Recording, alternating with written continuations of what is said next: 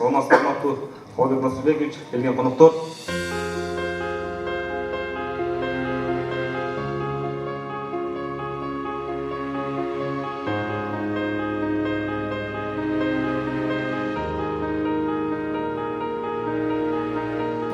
Саламатсыздар урматтуу Холбек Насырбекович.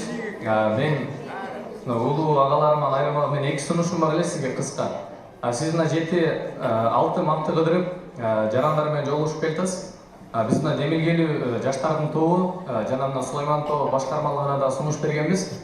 Сиз мына жарандар менен жолуксаңыз, ушул Ош шаарында чет өлкөдөн окуп келген, Ош шаарына миллиондогон инвестицияларды тартып аткан жаш ишкерлер, мыкты жаш лидер, активист жаштар бар. Чындыгы шаардын тургундары, шаардын жаштары.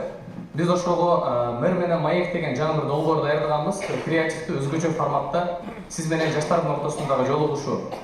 Биз ушуну толук өзүбүз мойнубузга алабыз, уюштуруу иштерин бардыгын.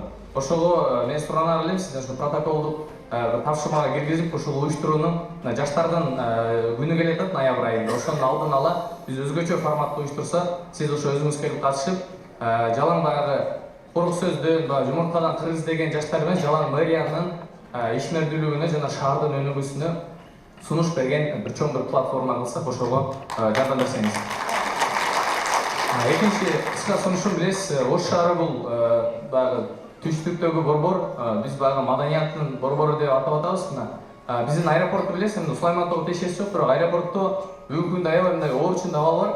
Биздин Тажикстандан, Өзбекстандан, башка өлкөлөрдөн келген жарандарды аэропорттон түшүрүп-түшүрбөстөн, пограничный службадан чыгарып-чыгарбастан алардын паспорттарын алып, биздин машина менен кетесин деп тууган урду тосуп алса дагы карабастан таксисттер атайын ушундай бир топтор түзүлгөн. Ал жерде биз өзүбүз мен кече жакында күбө болдум. Алардын каалоосуна карабастан эле чет өлкөдөн келген жарандарды өзүнүн машинасына отургузуп, Доступка же башка жактарга кымбат баада ушундай бир мыйзамсыз иштер болуп атат. Аэропорт бул биздин жүзүбүз, ошого көңүл бурсаңыз. Biz жазып койдук, бир жолугайын, кызыктарды жаштар менен жолугуп сүйлөшкөнгө, аксакалдар менен жолугуп сүйлөшкөнгө, аялдар кеңештери менен жолугуп, азыр элдик жыйын бүткөндөн кийин график түзөбүз дагы ошондой отурабыз. Жаштар, спортсмендер менен, аксакалдар менен бүт өзүнчө отуруп, ишкерлер менен өзүнчө жалгыз жолугуп сүйлөшөйүн деп атат. Эмне көйгөйлөр бар. Бардык бирден отуруп алып, телефондорду сыртка коюп запись кылбай, ачык айкын отуруп сүйлөшүп жолугабыз. Макулбу? Сөз аракет кылабыз.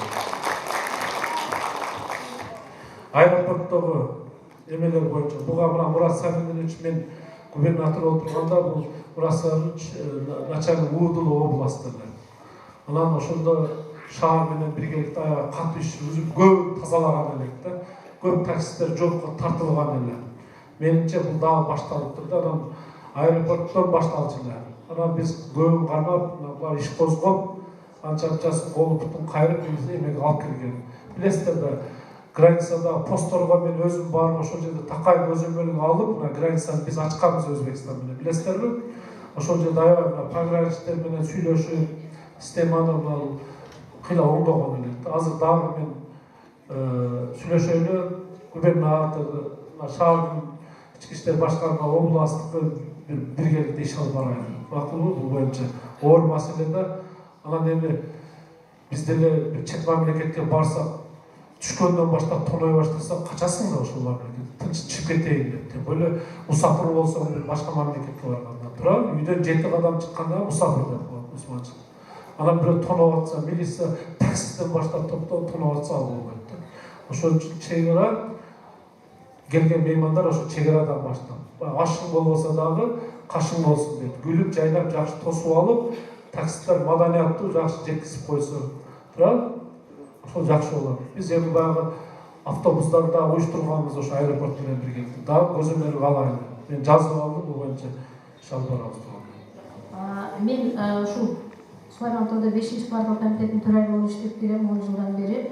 Сизге кайгыларым Атамаева 154А 148-2 апшта бир домдо жылуулук ала албай келебиз десеңиз, жылуулугубуз жок. Бул жерде 181 батыр жашайт. Анан өткөн жылдары, мурунку жылдарда айтсам, жер маселеси чечилбей атты. Азыр жер маселеси чечилип калды. Ошо акча каражатынан кыйналып турабыз. Экинчи маселе ушул 2 апшта бир домдун алдында балдар ойночу аягычабыз жок. Жери бар, умесин жери бир 100 метр, турасы 7 метр. Ушул жерге балдар ойночу аягыча куруп берсеңиздер деген. Анан биз фасадтарды ойнодук. Ушул жылда сиздин буйругуңуз менен гүл чамбарларды эгип, сизден мактоо баракчаны алганбыз. Ыраазычылык айтам элдин атынан. Рахмат. Ушул биздин көйгөйүбүздү карап берсеңиз. Endişki barбы? Турсаңыз, жазып алдыңызбы? Ошол территория полностью менчиктештирилип кеткен, ушул 3 үй без отопления. Муну сүйлөшүлүп келет.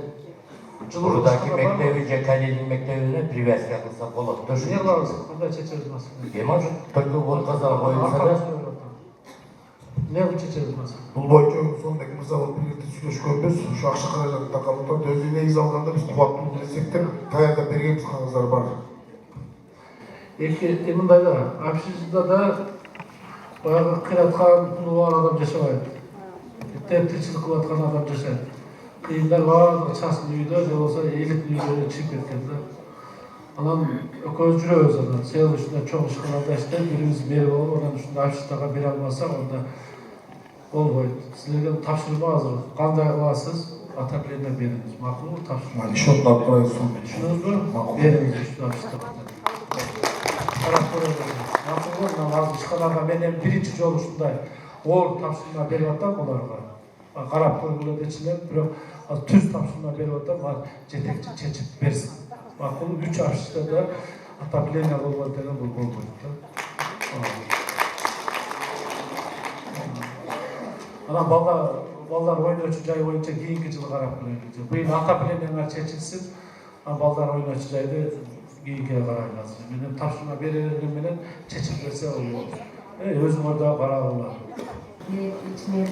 Мен Давидов көчөсүнөн кийин элем. 1,5-2 айдан бeri biz Davidov көчөсү канализацияларын кылып бүткөн элек.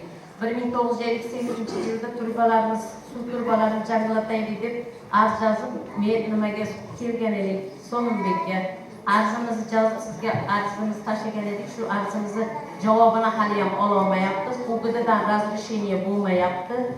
Турбаларымыз, хаммай оларды өзүмүз алып койганбыз. Мэрия tomonidan bizga 30%dan pul beriladi degandi. Shuni tezlab berish iloji bormi ekan deb sizdan so'rab kelgan. Kanalizasiya боюнча көпөймө сизден Дөлөт Акмамович бекала келиңизчи. Канализация боюнча канча иш аткарылды, кандай пландарыңыз бар? Кыскача мына көп суроолор болду. Эми туугандар мындай да азыр буларда аябай мындай көп огромный иштер болуп атат да. Бардыгын бир моментте чечиш мүмкүнчүлүк жок экен, азыр өзү жооп берсин. Канча эмне үчүн уруксаттар берилип атат? Келиңиз. Канализация боюнча Шужулар, Талган Асылбекович, көп жерлерде азыр мынау биздин очное сооружение канализация реконструкция болду. Ошого азыр убактылуу бир жазга чейин ушул проект күчүп кээ жерлерге мораторий бар. Жанагы биринчи көчө жанагы бир жерге берип, бир жерге бербей атат Дутбаева. МЧС үстүндөгү көчө бул. Ошол жерден жана МЧС типографиянын жанынан, Дом пионердин жанынан аркы паркка чейин 300 линия. Бул кыштын начальник отурат азыр. По-моему, тендер да бүттү же бүт элекпи. Ошол жерде 300 болгондо ошонун бардыгына беребиз. 25% жана плавающий предмет, канализацияга баклашка, саклашка деп атасыңар, ошонун 25% ачык болуш керек. Бере албайбыз. Мен бир жолу Талган Асылбекович жана экинчи суроого да жооп берип кете берейин, жана аксакал кышында поливка суу алып атат деген боюнча. Акча алып атат. Бир жылга өзү 2 мен аз тактады, 230 сом бир жылга болот. Биз ошону элге жеңил болсун деп 12 айга бөлүп койчу элек, 19 сомдон. Кимин короосунда дворовой колонка болсо, жанагындай түшүнбөстүк болуп, кышында деле поливка суу алып атат демесин үчүн азыр 6 айга койдук, 38 сом. Кимин короосунда дворовой колонка болсо, ошону жеңил болсун деп 12 айга чачып койчу элек да. Азыр мына бул жылдан бери ошо 6 айга төлөйсүңөр 38 сомдон, сентябрь айынан октябрга чейин. Мындай көбүнөн арасылык болот элек, 38 сом бир айга. 10 сотукпу, 12 сотукпу, 15 сотукпу күнү-түнү пайдалануу. Азыр шаарда биз 4000ге жакын счетчик койдук, пока чыдап кетип атабыз. Счетчиктердин баарын койгондон кийин анан суу барганда өзүңөр биле бересиңер. Бирок мындай да Туғандар бардығы Союз мезгілінен бері чечилбеген маселелерді быйыл же бүгін чечкіміз келіп атады да. Мүмкіншілікке жараша бұлардағы мыйзам шегінде жардам береді. Келечегі бардық бұл нәрсе канализация болушу керек. Именно көчөсүнөн трансформатор коюп берсеңиздер жакшы болот. Электр мамычаларын коюп түнкү жарыктан коюлду. Рахмат үчүн. Ош респару жазып алганым. Азыр бул убактылуу жетекчи, ресми жетекчиси башка алмашып кетти. Ош электрон жетекчиси дагы жан келди, жазып алды. Эгер керек болсо, ошол жерде трансформатор жок. Кирди? Неме? Линиялар оңдолду. Кереги жок. Линиялар оңдолду. Проблема жокту. 750 метр линиясы оңдолуп, 21 алфора Коюлду да. Эми бирөө айтты да, эжекен трансформаторду түшүнбөсө керек, бирөө айтты. Ушу жаңы трансформаторду жаңылап алайлы, ушуну айтып көрчү деди. Слабый болот атат. Слабый. Мындай свет болбой калышы мүмкүн эмес. Өтсө 1 саат, 2 саатка өтүшү мүмкүн. Ана булар барып текшерсин. Азыр айттым, быйыл 750 метр линия алмашты. 21 мамыча алмашты. Жакшы иш болуп турду. Эми ошо трансформатор калып турат. Карап көрсүз, бул трансформатор экөөбүздүн башыбызды ортпайлы. Булардын башын ортсун булар. Себеби акчаны ушулар алат. Ушуларга мамлекет акча берет. Түшүнүңүздөр, свет өчүп калса, слабый болсо булар оңдоп берет. Макулбу? Балдарыбызды чагында беренге шартыбыз жок эле. Анан 30 айдан 2 саатты мүмкүн болсо имаратын түзөп бериңиздерчи. Былтыр ишке ашпай протоколду быйыл ишке ашырып. Чоң сурамыз. Султаналиев көчөсүн асфальттоо керек. Буну жазып алдык асфальттар боюнча. 30-садикке чоңойтуш керек деп бул аябай көптөн бери айтылып жүрөт. Быйыл биз ойлодук эле туугандар. Мына 6 ай, 9 ай жыйынтыгы менен кичине дагы ушу бала бакчаларга көңүл бурсак. Бирок тура түшүнгө да баягы үй бүлөдө деле кредит алсаң, кредиттин келип калса, ачка калсаң да кредиттин төгөсүң. Турабы? Шаардык мэрия да ошондой болсун. Мына таза суу керек, канализация керек деп бүт элдин талабы, бирок кредит алганбыз да ошонун негизинде азыр ошо канализациялар жасалып атат. Таза суу насостор алмаштырылып атат. Мына автобустар кредитке келген, троллейбустар келген. Быйылкы бүгүнкү күнгө 86 миллион сом 19 жыл эсебинен мына 9 айда 86 миллион сом кредит төлөдүк да. Азыр жыл ичинде аягына чейин дагы 56 миллион сом карызыбыз турат. Ошон үчүн мына азыркы мен ойлошконум 30 балдар бакчаны быйылкы ай келип 9 айдын жетине бүтүрүп берсек деди. Азыр мүмкүнчүлүк жок, убада бере албайм, бирок протоколго киргизейин, биринчи очередке коелу. Мына 20-жылдын башында 30 балдар бакча кошумча көрүбүз. Түшүндүңүз да, мына протокол киргизип мен сөзүмдү берейин. Макулбу? Кана эжеге барбы? Assalomu alaykum, hurmatli hokimiyat. Men o'sha Qarabasar ko'chasida yashayman. Yoshim 80ga kirdi. Men yangilikni o'zimga necha so'rab kelganim yo'q. Men shahar obodonchilik uchun keldim. Nima uchun kelding deganda, birinchi o'chirda Sulaymon tog'i avriyi bu O'sh uchun avriy. Katta avriy bu O'sh uchun. Bu eski Sulaymon tog'i ham aziz bo'lgan. Bu nimaga buni gapiryapsan desangiz, O'sh Sulaymon tog'ida bahordan may oyigacha ko'rmak turadi. Bahordan o'tib iyun, avgustga borganda quriydi. Qurigandan keyin bu haligi top qora bo'lib o't qo'yishadi toqqa. Odam kimlar qo'yadi buni izvestni. Bolalar qo'yadi bu o'tni. Shuning uchun men предложением bor. Предложение shundan iboratki, tog'ning eng tepasiga nasos bilan suv chiqarib, eng tepasiga shuni kuydirib, suvni oqizib qo'ymaslik kerak. Qachonki davleniya 5-6 atmosfer degandan keyin suv tutunga aylanadi. Tutunga aylangandan keyin shamol yoqqa ham boradi, bu yoqqa ham boradi, hamma yoqqa chiqadi. O'shda pashti yarmini mana shu suv bilan egiladi. Bu oqizganda, tomizganda bir chiqmaydi. Oqizganda, tomizganda bir chiqmaydi. Shuning uchun davleniyada qancha katta bersa, suv tutun bo'lib ketadi. Bu birinchi предложение. Ikkinchisi, toqqa kanatni darvoza qilsak, Kanat daraja, bu Fatih'de bir kanesini, Tokka bir kanesini. Bu yeni özünü, bu kanat daraja bir yılda bulmasa, bir yarım yılda özünü kaplaydı. Bu ikinci proje. Üçüncü proje. Bozorga tushsanglar ko'rgansizlar. Qarshishga sotadiganlarni burungi hokimlar pirlabga qilib qo'ygan. Bunga shaharda hech kim ahamiyat bermayapti. O'g'rilgan masjidga o'xshaydi. Nariga Qarshishga bozor, piyoz bozor, hokazo. Odamlar yerlarda savdo qilyapti Qarshishgalarni, sabzilarni, yo'llarda, iflosmi qanaqa yerlarda qilishyapti. Bunga hech kim ahamiyat bermayapti. Bozorga qayerga qaraydi? Buni bilmaymiz biz. Men o'zim uchun esa talab qilayotganim yo'q. Mana shu 3ta proyektni yozib qo'ysalar, iltimos sizlardan sizga jiddiy ahamiyat berib qo'ysangiz deb o'ylayman. Demek Sulayman Tol, eğer men aytib o'tib bayagı şart meriyaga bermeysinler depçi. Biroq statusni jo'g'otib qo'yamiz-da, status degan bor-da. O'shuning uchun bera olmaydi. Bu madaniyat ministrligine qarayib, biz shart byudjetdan aqcha qaray olmaymiz. Biroq hukumatning da bultur men bilgende men gubernator bo'lib жүргөндө bir qaror 30 milliondan aqcha berilib, bir sıra var kapının arasında tamçılatı suvardı. Qaralgan az ança жерде сугарылып атат да. Siz aytқан сунушту biz de айтайлы, жақсы сунуш айттыңыз. Анан буга көп огромный акча кетет.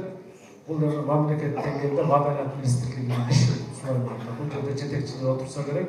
Бирок баарыбыздын оюбузда Сулайманда жакшы болсо керек. Сиз айтып аткан ойлор бизде да бар, канатный дорога. Аны толтура инвесторлор келип, мен Сулаймандын айланасын мындай кылып канатный дорога жасап берем. Бирок ЮНЕСКОнун талабы ошондо эчтеке тийбешибиз керек экен. Ага азыр кандай болсо ошондой болуп туруш керек. Bir жаңы курулуштарда калжыңда курулганга уруксат эмес. ЮНЕСКО кирип атканда кандай болсо ошондой болуп туруш керек да. Бул эми баягы Сулайманда ыйыктı. 3 миллиондан ашкан тарыхы бар. Биздин ош шаарында айтып жүрөбүз. Ошон үчүн алардын талабы ошондой. Ага болбойт экен. Базар боюнча жакшы сунуш айтты. Биз азыр аракет кылып атабыз. Мөмө жемиш базарды сыртка ап чыкканга мына тешикти аш эмедип атпайбы? Азыр авторынок машина базарды кеңеш жакта туруп атпайбы? Ошол трансформация болбой эле машина базар болуп ишке кирип кеткен экен. Ошону биз закондоштуралы деп атабыз. И плюс кошумча азыр жалпы Госреестр бар, канча жерде эме алып атабыз? 56 гектар жер. Ошо 56 гектар жерди трансформация кылсак, ошо базарды сыртка алып чыксакпы деген оюбуз мөмө жемишти. Ошондо бизге инвесторлор бар, биз жерди эле закондоштуруп койсок, инвесторлор келет да базарды өздөрү эле курулат. Ал базар азыркы ошол базар болбойт. Оттом саткан машиналар кире турган навестер өзүнчө курулат, асфальт болот, бир чекеден кесилет. А беркинде розничный базарлар, аз торговый центрлер окшоп, жакшынакай курулат, элдер араба менен кирип жакшынан каалаган мөмө жемишин розничный баада алып чыгып, анан стоянкада машинасын айдап кетет. Заманбап базар кылганга. Биздин проект болбойт, ошондой кылып даярдап атабыз. Инвесторлорго. Бирок бул дагы маалымат катары биздин аракеттер турганда. Борбордук базарды этно базар кылайын деп атабыз. Мына бүгүн суббота күнү келет, дагы бүткүл дүйнөлүк банктан өкүлдөр келип атат. Алар каржылап беребиз деп атат. Частный кафе, магазиндар бар го мына базардын ичинде. Ошондагы бир 50-60% ошол донорлор беребиз деп атат. Калганын өздөрү кошуп, ошо частный магазин оңдойт азыр. Улуттук колориттечи, кыргызча биздин мындай национальный колоритте жасайт. Келген туристтер ошондо Турцияга барып атпайсыңар, жакшына көчөлөр базарга кирсең, баардык Турциянын эски тарыхын көрсөтөт да. Ошон үчүн биз дагы оюбуз, пландарыбыз ошондой. Түшүнүңүздөрбү? Бул дагы аракет, Кудай кааласа азыр акчаны изденип атабыз, аябай чоң акча кетет. Бул базарды ичин этно кылып жасаганчы. Азыр туристтер кирсе, мен ачык айтайын, уялам да базарга барып, базарды көрүп чыккыла дештим. Туурабы? Уяласың. Ошону оңдотуп алсак, өзүбүз башкалуу кирип кыдырып жакшынан көрсөтөбүз. Мындай колго жасалган буюмдарыбыз бар. Мындай улуттук кийим кечелерибиз бар деп ошону кирип коркпой, мындай уялбай алып келе турган базар болушубуз. Бул аябай чоң иштер. Бирок биз баягы аракеттерди кылып атабыз. Уже сүйлөшүүлөр жүрө баштады. Азыркы жолду тилегенде бардыгыбыз муну да Алла Тааладан суранышыбыз керек. Келип баягыларга жагып калса, ошо донорлор бар. Ушу Ош шаары, Байыркы шаары, Буларды колдошубуз керек. Эли туура түшүнөт, эл рахмат айтат. Ушуну кылып койсок, мынанча туристтер келип, элге пайдасы тиет деп аларды ынандырышыбыз керек да. Ынандырса, анан алар аракет кылат. Эме жардам берет. А биздин аракет болуп атат, уже сүйлөшүлөр.